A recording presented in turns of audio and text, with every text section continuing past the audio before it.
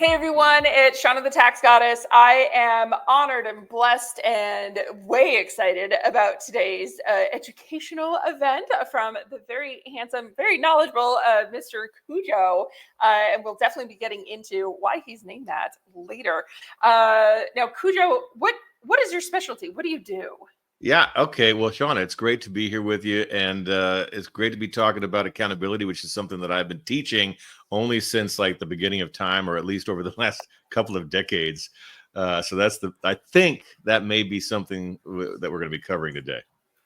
I'm excited about it. So accountability over the past decades, plural with an S. So what got you into teaching accountability in the first place? Yeah. Okay. Good. So my background, I used to be a fighter pilot back when I was fit and trim, and I flew F-15s and F-22s, and got a chance in the midst of all of that to learn a different version of accountability and get really good at teaching it. As I used to teach at the weapons instructor course, as it's now known, formerly the Fighter Weapons School of the United States Air Force. And I became the accountability instructor. I didn't ask for the job. It was just one of those things where my timing was bad, I thought, and I got schwacked with the responsibility for teaching team of teams accountability, which ends up being one of the best things that's ever happened to me professionally. So I designed the program that we teach at the weapons school on how to practice accountability at the team level, and then I taught it over and over and over and over again. And in the midst of doing that, I learned a little bit about it along the way, and that's led us to where we are today. Love it. Well, I don't know. I love how you say you got stuck with it, but often people get stuck with things that they're really, really, really good at. So I have an odd feeling they knew what they were doing. Well, and I mean, it's one of the, just a little bit more context, Shauna. The F-15 division of the Air Force Weapons School was always, this was always their thing to teach. So all kinds of different tribes have a foothold at the weapons school. All the different platforms that come together to execute combat operations together. The F-15 folks were the ones that were responsible for teaching accountability. And so when I inherited that, I inherited it as somebody that was practicing it as a conduct after every mission that I flew, but it wasn't the thing that I loved. It wasn't the thing that I said, oh my goodness, hopefully someday I'm going to make a career of doing this. It was the thing that at the time I was probably least effective at. And so like anything else, you become really good at things when you have to teach them at a very high level. Yep. And so yeah, I was okay. I mean, I could hold my own in a post-mission debrief, but it was really when I got a chance to advance the course and then teach it at the weapons school that I really learned how to do it well. Super cool. Well, and so thrown into it, now you're mastery level, which is awesome. So what's different then about your approach to accountability and leadership to the stuff that we see all the time on LinkedIn and wherever? What's different about your approach? Yeah, so this is the beauty of this entire thing. I mean, if you think about accountability, it's usually one of those topics that it doesn't fire people up, right? I mean, I said I got schwacked them to teach it. It's not the thing that most people gravitate towards, for sure. If a boss in an organization says, hey, we need to have an accountability thing tomorrow, most folks anticipate the worst. Like, accountability tends to be backwards looking, blame oriented. It usually is triggered by something not having gone well around here. And so the excitement factor is low for everybody other than the leader, who's like, we need to hold somebody to account for the things gone wrong. And that's it, right? It's usually punitive in nature, and that's what makes it a little bit off-putting for most. In the fighter business, we do it differently. And I'd say just across high performance teams in general, we do it differently. Accountability is our way to learn. And if this recording stopped right here and people that are listening just walked away understanding that in the high performance team world, regardless of what the team is, accountability is where we go to learn, that they've made a huge leap in understanding, and potentially can build on that and do great things with it. And assuming that the recording continues beyond this, this idea of learning after all that we do is important to navigating disruption. It's important to navigating a turbulent world. It's important to dealing with a market that's constantly shifting, with laws that are constantly changing, with people that are coming and going, with things that are shifting on a daily basis. And so it's actually the way to go about the business of doing business. We've got to learn our way through the challenges that we faced. High performance teams have embraced accountability as the means of doing so. And I don't know, it's just the perfect way to go about it. But the interesting thing is that very few people are aware of this, and even fewer people practice it as such. And so that's kind of, at least from my vantage point, and as a small business owner, and as somebody that's been privileged to work with businesses for a few years now, I think that's kind of like the game changer, and really the big shift for us and our understanding. I love it.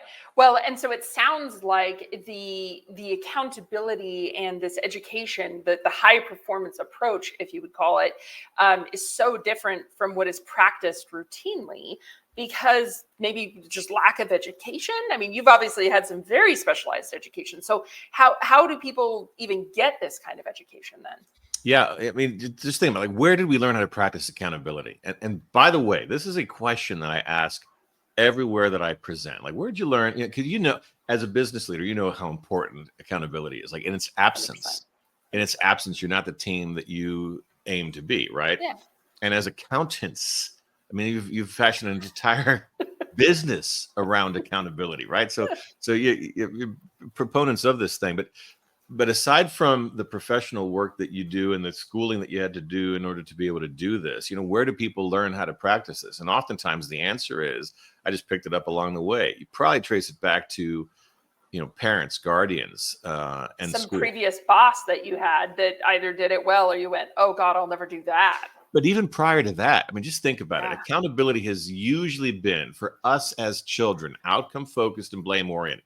So, like, if the outcome isn't what our parents or guardians wanted, we were punished until we changed behaviors, right? Yep.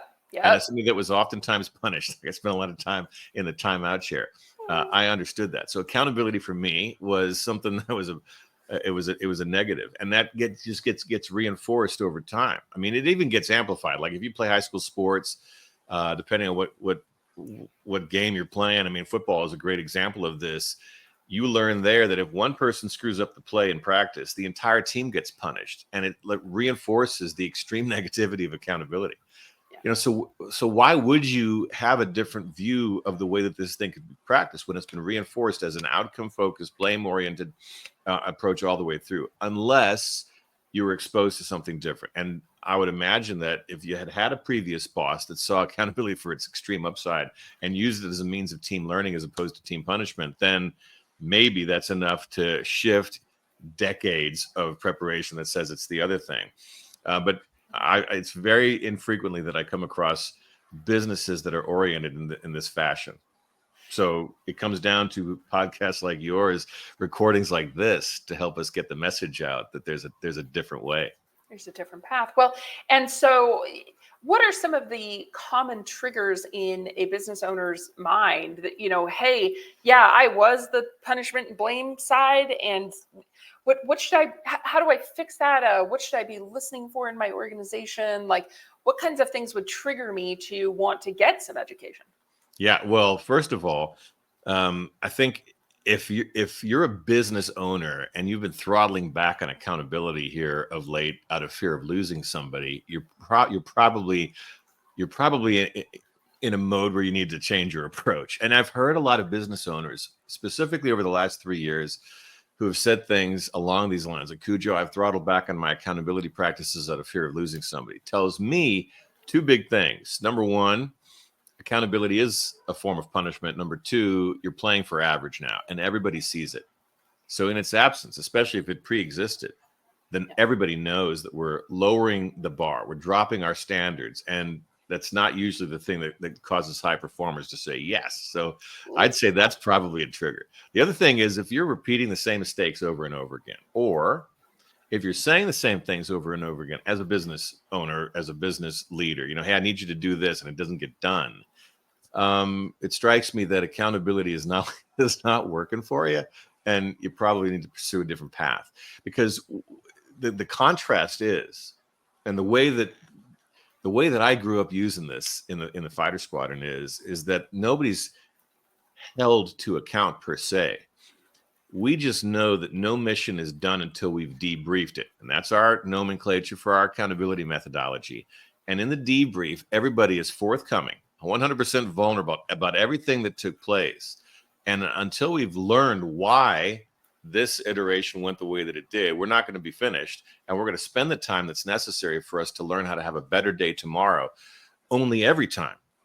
And that's the contrast. So we review everything. We scrutinize everything. Everything is laid out there. I mean, there's nothing that goes unseen, and we learn actively from it to make sure that we're constantly upping the bar. So there's a long-winded answer to your really important question here, but hopefully it causes some people to think deeply. Well, and I think, as a business owner myself, right, one of the things that always goes through my mind is, yeah, okay, I'll admit it, I've let some people slide. I didn't hold the accountability. It's tax season. They're busy. There's always an excuse. There's always something going on. But so when there is always an excuse and always something going on, how do you break the cycle? Like where do you even start, like jumping into the middle of whatever that loop is to start to break the cycle on something like that? Yeah, well, one of the things that my kids, they've learned to accept over time. They initially hate hearing it. It's discipline. And if there's one thing that the military, writ large, no matter where it is or what country, it's typically known for, is having the discipline to do whatever it is that they do, right? So there's a discipline component over here, and part of the discipline is to commit to accountability. That's step one. The other thing is to reorient our view of business into a mission orientation. And what I mean there is, Shauna, and you see this very specifically in your line of work. I mean, you've got so many things coming at you, so many tasks that have to be accomplished constantly. And it's at times overwhelming. You go through, this oscillation where tax season, don't even send an email to Shauna because like they're overwhelmed, right? And there's such a volume of stuff coming at you all. But this reorientation towards a mission orientation is a really important one. It says that work is more than just a series of tasks. There are things with outcomes that are important that help guide us, that help kind of craft how it is we're going to spend our time each day, helps us to understand what's important.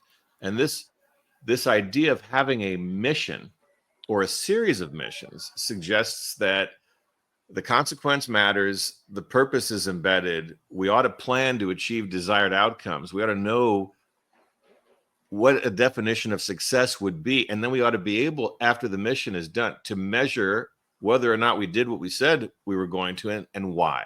And this orientation, I think, is really important to driving the kind of accountability that helps us to learn quickly and very effectively, because we know that there are going to be more missions coming at us, many of which are the same thing, the same mission conducted over and over again. And so it would be really sad if we failed at this one for any reason, but then went forward and failed again at the next one. That would be really frustrating for you, be frustrating for your teammates. It's not a pleasant place to work when you're repeating the same mistakes over and over again. So this mission orientation says, okay, we can accept having literally failed this time. But what a beautiful thing it will have been to have learned why, so that we have incredible hope and optimism that the next time we're not going to fail. Not only are we not going to fail, but we're going to win because we're going to apply what we've learned. And that in turn breeds a sense of enthusiasm and buy-in and engagement in a world that seems to be increasingly less engaged, which only drives the kind of outcomes that your customers are looking for from you. And that's not just from, your customers, Sean. That's for the customers, for all of the business leaders that are watching this here right now. That's the orientation that we've adopted in the high performance team world, and that really serves us exceptionally well. Well, and I love the fact that you're talking about customers. There's external customers, there's also internal customers. Earlier you had kind of mentioned your high performers. If they see that your business is becoming mediocre, they may or may not stay. So this is also your clients, but your internals. It could also be hiring people you're trying to bring into the team going, well, I don't want to work for you. You're not top notch. You're not what I'm looking for as far as associating my name with it. So love it. Absolutely love it. So you mentioned that there are multiple disciplines. I've heard maybe waypoints. Like, what are these things that you teach a team to help embrace the high performance team accountability? Oh, good. First thing is like, what is accountability? That's really, really important. Ask a question all over the planet, like, what is accountability? And get all kinds of different answers, to include, Shauna, from business leaders. I really couldn't tell you. I know how we practice it, but I couldn't even tell you what it is. And I've heard that. And I always appreciate it when somebody is so vulnerable as to say, I don't even have a good definition for you. But usually in a room of 10, you're going to have multiple different answers to that same question. So we think it's important to have the same definition for everybody. We teach that accountability is taking absolute ownership for the outcomes that a team achieves. And we add to that regardless of rank or status. And that's really important, because it gets us out of the, hey, I'm only in this for me kind of orientation that seems to be prevalent all over the place. It gets us into a, hey, the team comes first orientation. It says that my obligation is to support the team. And if one of us fails, we all do. And it has tremendous consequences for the team leader, because the team leader owns everything that happens on their watch. And so from the standpoint of teammates watching this thing unfold, leader ultimately says, hey, especially on the heels of a failure, it's me. All right. So that's one of the things that we teach, taken straight out of the world of high performance teams. Another thing that we teach, because missions have consequences, is that we ought to go into these things prepared. We ought to plan to achieve mission success. And there's two forms of planning that we advocate for. One is, like, no kidding, like right now, let's go through a rigorous process of discipline methodology applied of learning how to plan and planning for this particular mission. The other thing is to have standing plans. And I suspect at the Tax Goddess, you have standing plans, things that you do all the time, the same way, right? Maybe there's small tweaks because this particular instance has a specific curveball tied to it. But essentially, a set of standing plans you just pull off the shelf, you use, the guides the execution, moving forward. And that's really important, because in the high performance team world, when we get together to practice accountability, when we get together to debrief, we need to know what we're debriefing against. What's the standard of performance, and what was the plan that we aimed to achieve success with? Okay, that helps us to learn effectively. We also teach how to communicate the plan. And this is one of those where, okay, yeah, I suppose maybe some leaders might say, but I'll tell you, in a world where we flew the same missions over and over and over and over again, it was really important to hear how today's mission was going to run, because there's always unique features to it. And we had to be inspired to want to go out there and do what was necessary. And so the art of communicating the plan in a way that inspires our teammates to want to go achieve success, that's something that I think is very important. And then post execution, because I can't teach you how to execute your job. It's a very complex one. In fact, thank goodness for people like you, Shauna. I can barely. Most people are happy to have a tax goddess. Oh yeah. Tends to be handy. Yeah, $1.57 billion in savings thus far. Like, thank you for doing what you do. I can't teach you that, but I can teach you how to learn post mission, how to effectively learn as a team to have a better mission the next time. And those are the key disciplines that underpin accountability in the high performance team world. You sprinkle in some psychological safety in the midst of all of this stuff, and that being defined as an environment of rewarded vulnerability. So says Dr. Timothy Clark, one of my outstanding mentors and instructors in psychological safety. Now we've created an organization that's built for disruption. Love it. And what's going through my head, and I'm sure for all of our listeners out there, that's a lot. that's a lot, Cujo. That's a lot. How long does it take for a leader to learn how to do some of this stuff? Yeah, great question. And as somebody, as somebody that's still learning today, decades into this whole process, I suppose we're going to continue to learn how to do it until we're done learning. Okay, which is at the end of existence. So that's the big picture approach, because human beings, like, it makes the whole thing complex, right? And we're always learning how to lead effectively in the now. Now, that's the big picture answer. The very tactical level answer to this is, depends on how much time you've got. We teach it in about a 14-week program. I've condensed most of the key features of what this accountability practice is in one book. Chapter 6 of that book takes about an hour to read, so you can scale it however it is that you need to be able to get some of the key features in as little as an hour's worth of reading time. But I think the 14 weeks is probably about the right pace to get a firm foundation in what it takes to practice accountability in a positive, forward-focused way that helps the team to learn constantly. And so I'm going to ask you, because I know we only have 2 minutes, so I'm going to ask you if people take, I know when you're talking about your passion, it goes fast, right?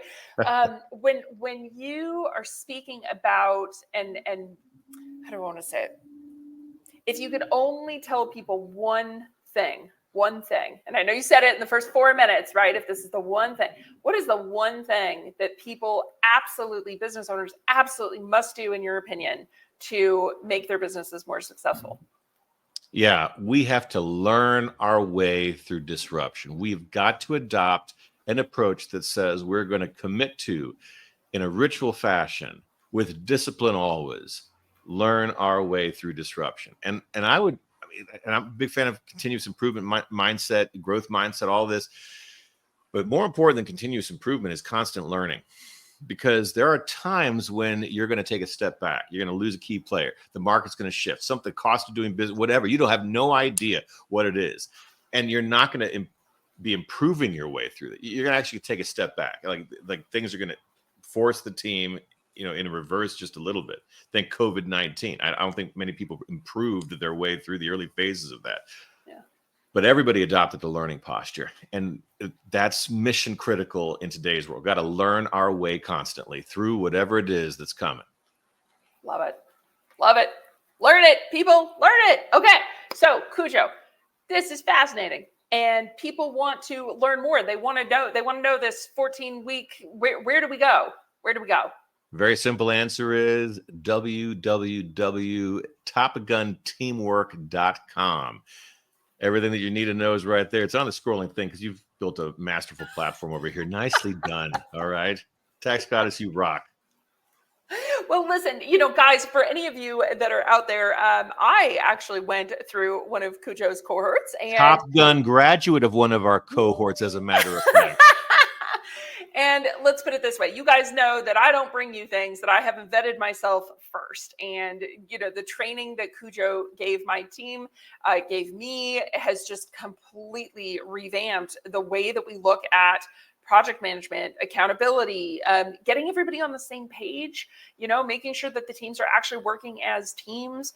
One of the things that I love most is people being able to be vulnerable. I did make that mistake. Here's how I plan to fix it. Here's how we're going to move forward. And it has just absolutely changed my team, changed the dynamic into such a positive group of people over here at Tax Goddess. So I want to say thank you, Cujo, for being an amazing teacher and bringing this knowledge to the world. So thank you so much for being with us here today, Cujo. Now, I have one last question. Can I steal one last minute? Absolutely. Where did Cujo come from? Cujo? Where did Cujo come from? Tribal ritual. Post-Vietnam, prior to Desert Storm, especially in the United States Air Force, we adopted this naming convention of giving people call signs, and they are awarded by the tribe. They're based on stories that are told at the person's naming. Stories have to be 10% true. Tribe votes. The person who's getting named doesn't have a say in the thing. If you try to influence the outcome, you're not going to like the name that you got. Ooh, okay, and I presume you like the name you got, Cujo. I love the name that I got. I'm so lucky that I got this name. Could have been a lot worse. Well, Cujo, thank you so much for being with us here today. And for those of you that are interested in improving your businesses, improving your team, and really bringing some Top Gun, awesome fighter pilot knowledge into your business, go check out Top Gun Teamwork. There's an upcoming January cohort. So January 2025. Is that right, Cujo? That's right. Absolutely. All right, guys, check it out. And if you need some one-on-one advice on whether you should join, yeah.